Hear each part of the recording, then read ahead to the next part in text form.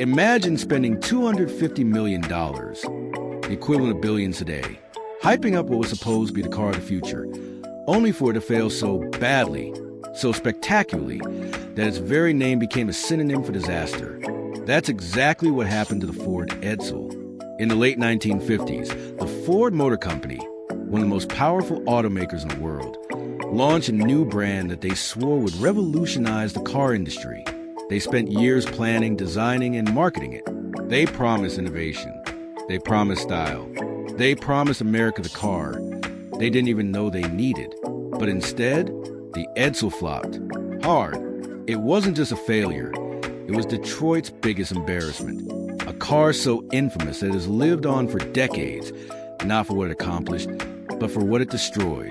This is a forgotten history of the Ford Edsel. The hype, the launch, the disaster, and the legacy of one of the most legendary flops in automotive history.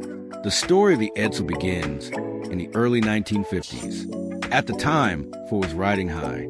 The post-war economy was booming, and Americans were buying cars like never before. But Ford had a problem. Their lineup wasn't complete. You see, General Motors had a ladder of success. Chevy was for entry-level buyers. Buick and Oldsmobile for middle-class families. Cadillac for the wealthy. GM had something for everyone. Ford, meanwhile, only had Ford and Lincoln. They were missing the middle, a car that would sit between affordable Ford and luxury Lincoln. So, Ford executives came up with a bold idea, a new brand, a new division that would fill the gap, a car for the growing American middle class, a car that would be stylish, innovative, and aspirational. And they decided to name it after Edsel Ford, the only son of Henry Ford. From the start, expectations were sky high. Ford poured millions into research, design, and marketing. The project was kept top secret, hyped up like no other car in history. By 1957, Ford promised the world that this car would be revolutionary. The launch of the Edsel was unlike anything Detroit had ever seen. Ford teased the car for months, using mysterious ads that told buyers, "The Edsel is coming." They claimed it wasn't just another car, but a whole new way of thinking about driving. When the curtain finally lifted on September 4th, 1957, E-Day, the Edsel was revealed in a massive nationwide campaign. There were TV specials. Dealers threw launch parties. Newspapers called it the most eagerly awaited car in history. Ford expected to sell 200,000 Edsels in the first year. They built entire factories just for this brand. They thought the Edsel would take over America. But within just weeks, the dream began to collapse. So what went wrong? Let's start with the design. The Edsel was bold, no doubt. It had a unique horse-collar grille. Some called it futuristic, others, well, less flattering. Critics joked it looked like an Oldsmobile sucking a lemon. The car was also expensive. Positioned as a mid-range brand, the Edsel ended up costing more than buyers expected. Instead of bridging the gap, it confused customers. Then came the quality issues. Many Edsels arrived at dealerships with problems straight from the factory.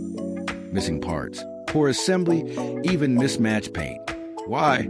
Because Ford was rushing production to meet demand that never came. The Edsel did have some innovations.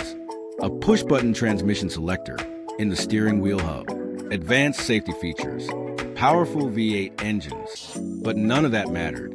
Buyers weren't impressed. The design was mocked. The hype backfired. And the timing couldn't have been worse. Because in 1957, just as the Edsel launched, the U.S. economy entered recession.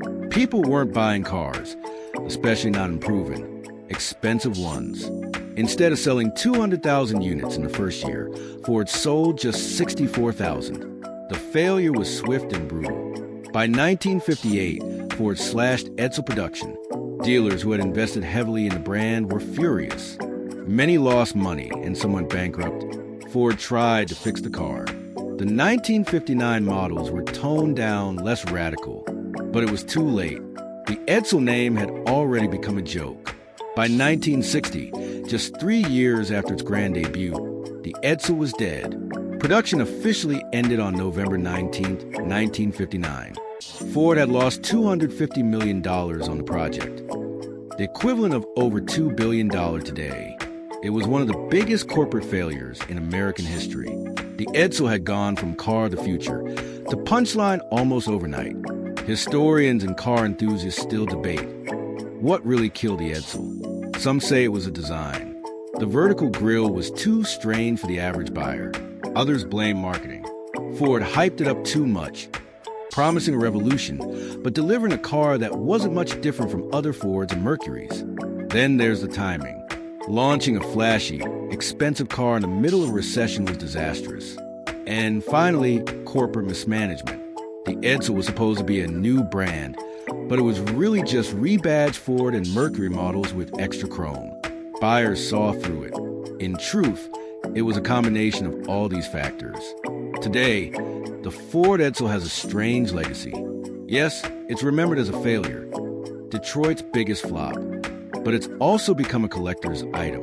Because so few were made, surviving Edsels are rare and valuable today. The name Edsel has entered pop culture as a symbol of failure, but for car enthusiasts, it's also a reminder how bold and risky innovation can be. So, was the Ford Edsel really the worst car ever made? Or was it just a victim of bad timing and worse marketing? One thing is certain. The Edsel story is more than just a tale of failure. It's a lesson in business, branding, and the dangers of overpromising. And it shows us that even giants like Ford can stumble. If you enjoyed this deep dive into one of Detroit's most infamous flops, make sure to like this video, subscribe, and ring the bell for more untold automotive histories. And let me know in the comments, was the Edsel a disaster or just misunderstood?